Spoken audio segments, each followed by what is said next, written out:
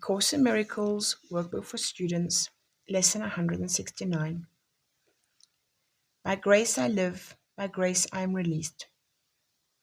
Grace is an aspect of the love of God which is most like the state prevailing in the unity of truth. It is the world's most lofty aspiration, for it leads beyond the world entirely. It is past learning, yet the goal of learning, for grace cannot come until the mind prepares itself for true acceptance. Grace becomes inevitable instantly in those who have prepared a table where it can be gently laid and willingly received, an altar clean and holy for the gift.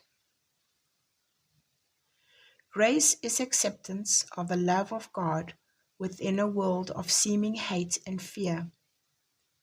By grace alone, the hate and fear are gone, for grace presents a state so opposite to everything the world contains that those whose minds are lighted by the gift of grace cannot believe the world of fear is real.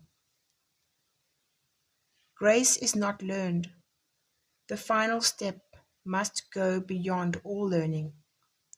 Grace is not the goal this course aspires to attain. Yet we prepare for grace in that an open mind can hear the call to waken. It is not shut tight against God's voice. It has become aware that there are things it does not know, and thus is ready to accept a state completely different from experience with which it is familiarly at home. We have perhaps appeared to contradict our statement that the revelation of the Father and the Son as one has been already set. But we have also said the mind determines when that time will be, and has determined it. And yet we urge you to bear witness to the Word of God to hasten the experience of truth, and speed its advent into every mind that recognizes truth's effects on you. Oneness is simply the idea God is, and in his being he encompasses all things.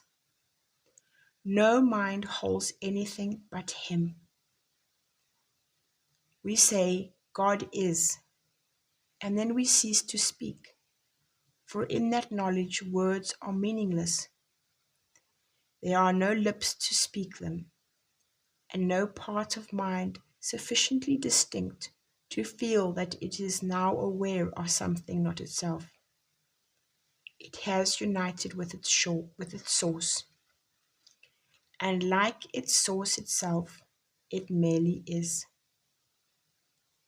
We cannot speak, nor write, nor even think of this at all.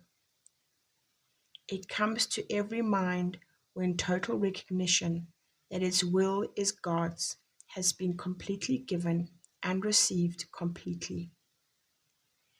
It returns the mind into the endless present, where the past and future cannot be conceived. It lies beyond salvation, past all thoughts of time, forgiveness, and the holy face of Christ.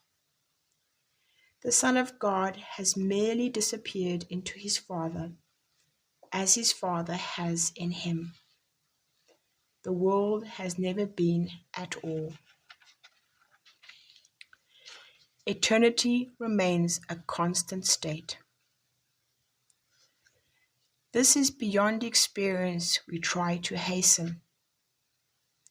Yet forgiveness taught and learned brings with it the experiences which bear witness that time the mind itself determined to abandon all, but this is now at hand. We do not hasten it, in that what you will offer was concealed from him who teaches what forgiveness means. All learning was already in his mind, accomplished and complete. He recognized all that time holds and gave it to all minds that each one might determine from a point where time was ended when it is released to revelation and eternity.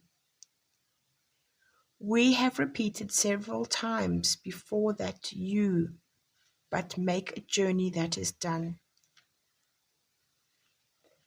For oneness must be here.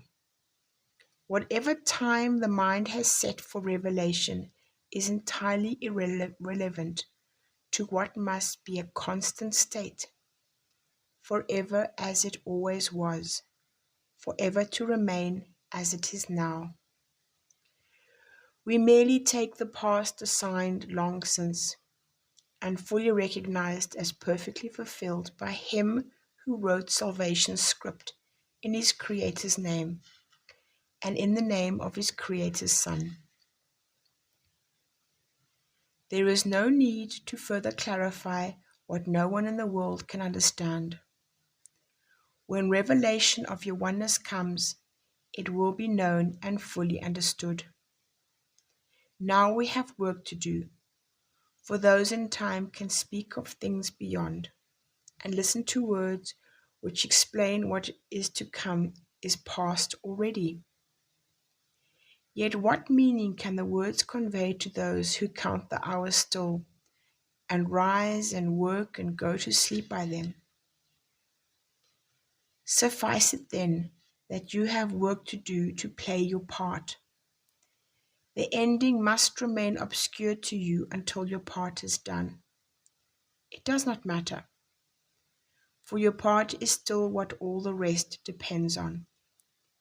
And as you take the role assigned to you, salvation comes a little nearer each uncertain heart that does not beat as yet in tune with God. Forgiveness is the central theme that runs throughout salvation, holding all its parts in meaningful relationships.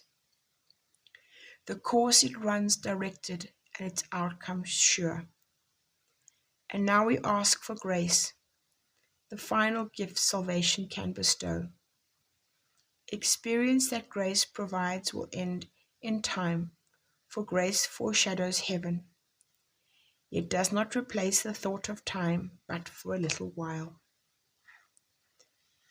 The interval suffices. It is here that miracles are laid, to be returned by you from holy instance you receive, through grace in your experience, to all who see the light that lingers in your face. What is the face of Christ but His who went a moment into timelessness and brought a clear reflection of the unity He felt an instant back to bless the world? How could you finally attain to it forever while a part of you remains outside, unknowing, unawakened, and in need of you as witness to the truth? Be grateful to return, as you were glad to go an instant, and accept the gifts that grace provided you. You carry them back to yourself, and revelation stands not far behind. Its coming is ensured. We ask for grace and for experience that comes from grace. We welcome the release it offers everyone. We do not ask for the unaskable. We do not look beyond what grace can give. For this we can give in the grace that has been given us. Our learning goal today does not exceed this prayer. Yet in the world, what could be more than what we ask this day of Him who gives the grace we ask, as it was given Him? By grace I live, by grace I am released, by grace I give, by grace I will release.